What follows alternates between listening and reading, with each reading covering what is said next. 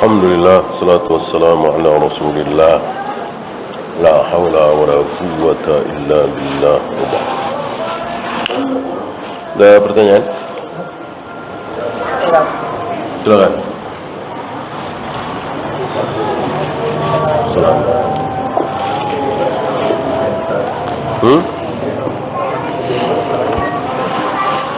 Punya jenggot kenapa?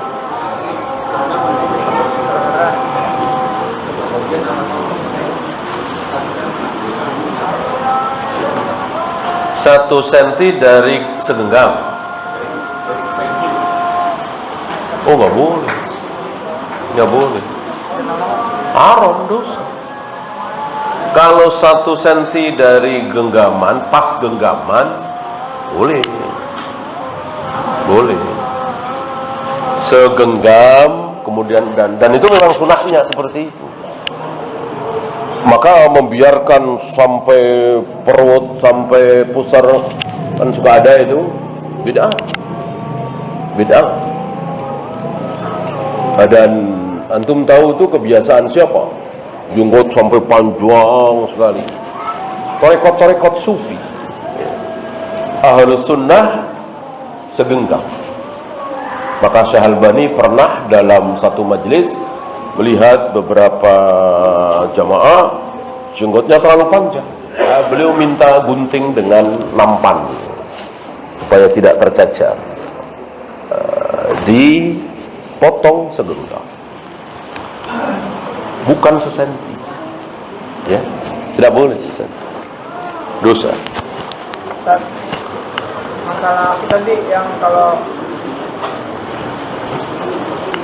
sahabat kan kalau udah nyampein hadis kan mereka senang kalau udah nyampaikan tadi kan. Iya. Kalau kita kan terbalik. Iya. Kita malah nih. Kalau dalilnya mereka terpegang gimana? Bermodal-modal dia berpegang dengan itu.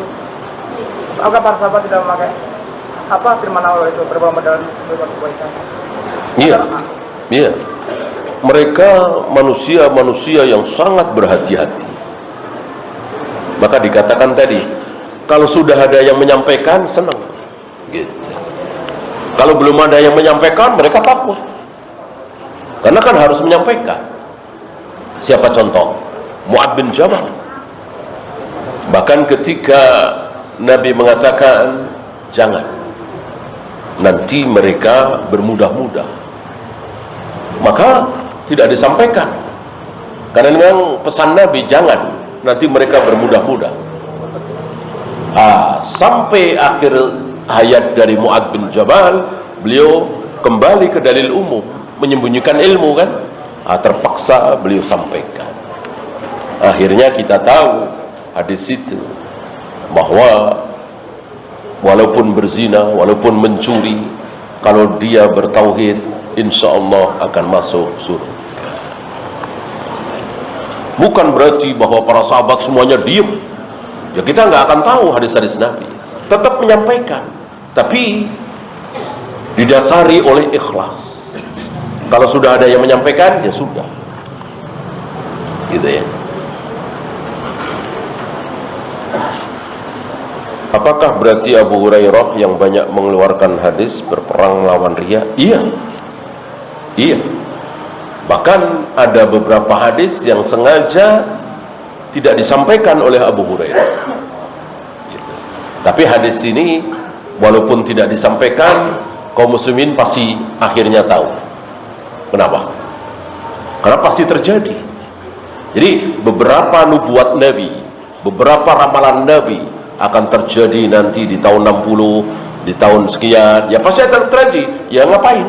Orang pasti terjadi. Ya, dan itu menyangkut orang per orang, maka tidak disampaikan oleh Abu Hurairah karena fitnah. Bagaimana bila ada kamar di rumah khusus diisi oleh barang-barang tidak terpakai, apakah juga jadi tempat jin? Ya, sekali-sekali mungkin ngobrol di situ, baca Al-Quran di situ, salat sunat di situ, kalau memungkinkan tidur di situ, mungkin tidur siang, ya. Jangan dikosongkan sama sekali. Apakah untuk mengusir jin dari rumah harus membaca Al-Baqarah dari awal sampai akhir? Iya, tapi tidak harus sekali baca kan? Ya misalnya habis maghrib sampai isya dapat 100 ayat, ya nggak apa-apa. Nanti habis isya teruskan lagi 101, 102. Bahkan malam itu tidak selesai, ya lanjutkan paginya sampai akhir surat Al-Baqarah. Sudah selesai Al-Baqarah, masih ada suara-suara, maka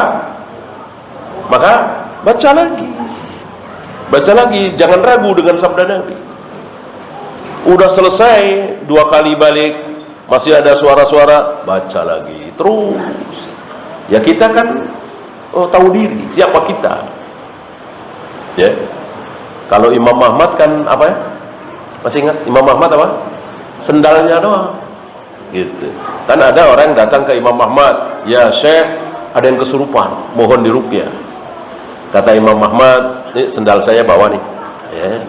Bilang kalau nggak mau keluar, mau saya pukul dengan sandalnya Imam Ahmad. Betul, ya. Menurut sampai situ udah pergi, udah sembuh. Imam Ahmad, kita bukan Imam Ahmad, nggak ada apa-apanya. Ya, maka kita ulang-ulang Al-Baqarah itu, kita tahu diri. Nah, satu ketika ada kesurupan lagi, Imam Ahmad sudah wafat. Ya, ada orang inget nih sendalnya Imam Ahmad, ya, dipinjem di bawah. Nih, kalau nggak mau keluar lagi kesurupan tuh, aku pukul dengan sendalnya Imam Ahmad. Aku nggak takut, kata jinnya. Imam Ahmad sudah nggak ada. Nah, jadi yang ditakuti bukan sendalnya, tapi Imam Ahmadnya. Sebagaimana mereka takut dengan Umar, orang-orang saleh, orang-orang alim, orang-orang beriman, bertauhid, ditakuti oleh para jin. Karena jin kan melihat kita. Sebaliknya, yang penuh dengan syirik, penuh dengan bid'ah, dipermainkan oleh jin. Ya, sambil ceramah melihat Rasulullah lewat, ya, itu kan sedang dipermainkan oleh jin, sedang dibohong-bohongi oleh jin. Padahal ceramah dia dieluk-elukan oleh ribuan manusia. Dengan PD-nya, Rasul datang nih, inna lillahi wa inna ilaihi raji'un. Dipermainkan, dibohongi oleh setan, oleh jin. Adapun yang bertauhid nggak bisa, mereka nggak bisa menyentuh, nggak bisa menipu. Ya. Apakah setelah bangun tidur harus mengganti pakaian dalam, khawatir ada kencing yang netes? Ini termasuk was-was. Jangan diikuti, jangan melakukan hal-hal seperti ini. Nggak ada contoh dari Rasul dan para sahabat. Nggak ada seperti itu. Jangan, ya. Kalau diikuti nanti terus jinnya itu akan terus menipu kita. Apakah pertemuan keluarga yang diberi nama tahlil keluarga termasuk bid'ah? Iya, kalau ada ritualnya jelas bid'ah. Kalau ketemu ngobrol-ngobrol nggak masalah. Tapi kalau ada bacaan tertentu, ritual, bid'ah. Bid'ah itu kan ritual. Bid'ah itu kan ibadah. Ya. Kalau urusan dunia tidak ada bid'ah. Bolehkah meletakkan kotak sumbangan di acara berkabung kematian? Lebih baik jangan, ya. Lebih baik jangan. Ini kan termasuk minta-minta. Minta-minta itu ada yang kasar, ada yang halus, ya. Janganlah. Ya. Apalagi keluarga kita termasuk berkecukupan, malu lah. Termasuk ketika kita mengundang saudara kita, teman-teman kita makan di rumah kita karena kita punya hajatan, ya. Janganlah menyediakan hal seperti itu, memalukan. Kan minta-minta. Ya. Sudah berani ngundang orang untuk makan, ya makan, ya. Mosok suruh bayar, ya, kasarnya kan bayar, cuman bayarnya seikhlasnya. Kan nggak enak banget itu, kan.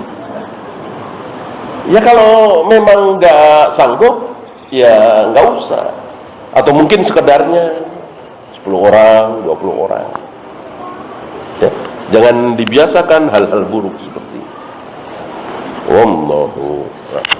Ya, itu saja. Subhanallahumma wa bihamdika asyhadu an la ilaha illa anta astaghfiruka wa atubu ilaik. Assalamualaikum.